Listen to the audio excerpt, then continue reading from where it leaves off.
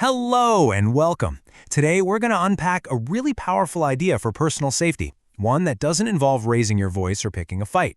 It's all about the art of setting boundaries with a sort of quiet confidence. We're calling it the velvet rope. And just a quick shout out, this explainer is brought to you by our friends at The Other Way Martial Consulting. They're all about managing force and de-escalating conflict. So, let's start with a question that probably gets right to the heart of it for a lot of people. Have you ever been in that situation where you know you need to stand up for yourself, but that fear of causing a scene or being seen as aggressive, just makes you freeze up? If any of that sounds familiar, you are absolutely in the right place. You see, this feeling, this whole dilemma, it actually has a name. It's called the dignity trap. And it's this specific kind of paralysis that so many smart, thoughtful people get caught in. Here's what it is, really. You value dignity, right? You value logic, and the last thing you want to be is a bully. But in trying so hard to avoid that, you can swing way too far in the other direction. You become passive, you let people walk all of your time and your space, and, well, you end up becoming a doormat. This really reframes the whole problem, doesn't it? We often get confused between being nice and being kind. See, being nice is often about just trying to please everyone, so we can avoid feeling uncomfortable. But being kind, that's different. In this world, kindness isn't about being soft, it's about being clear. And that clarity, that's what builds real mutual respect. So how do we make that shift from being nice to being truly kind? Well, it takes a whole new way of thinking. We have to stop seeing safety as this physical struggle, as muscle, and instead start seeing it as a design problem, as architecture. And this just nails it. A bouncer uses muscle, right? They react to problems as they pop up. But an architect designs a space where those problems are way less likely to even happen in the first place. It's about being proactive instead of just reactive. And here's where we see the huge difference. The stone wall approach. That's aggression. It's exhausting. It takes a ton of energy. And honestly, it sends a signal of fear, which just invites people to challenge you. But the velvet rope? That's totally different. It's low energy. It's a static design. It doesn't scream fear. It quietly says, this space is reserved.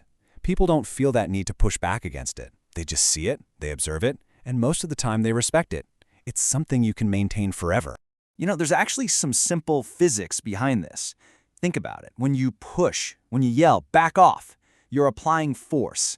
And Newton's third law tells us that force is going to be met with an equal and opposite reaction. You've literally just created a conflict.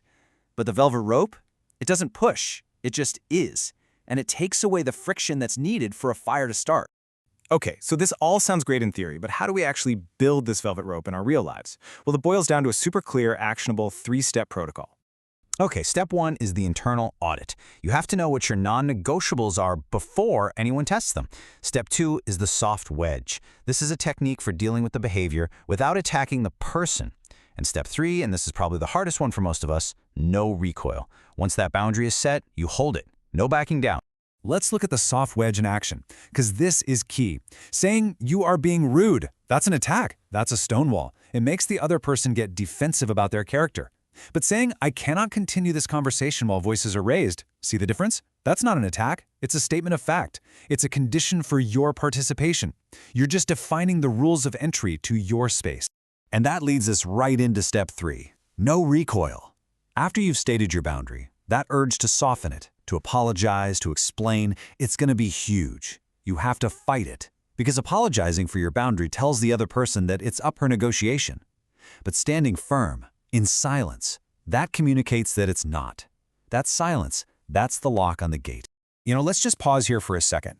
If this whole framework is clicking with you, if it resonates, do us a favor and take a moment to like this explainer and subscribe for more. And hey, drop a comment below. We'd love to know, have you ever used a velvet rope without even realizing it? And for anyone who wants to go even deeper with this stuff and really master it, The Other Way Martial Consulting offers a personal safety mentorship.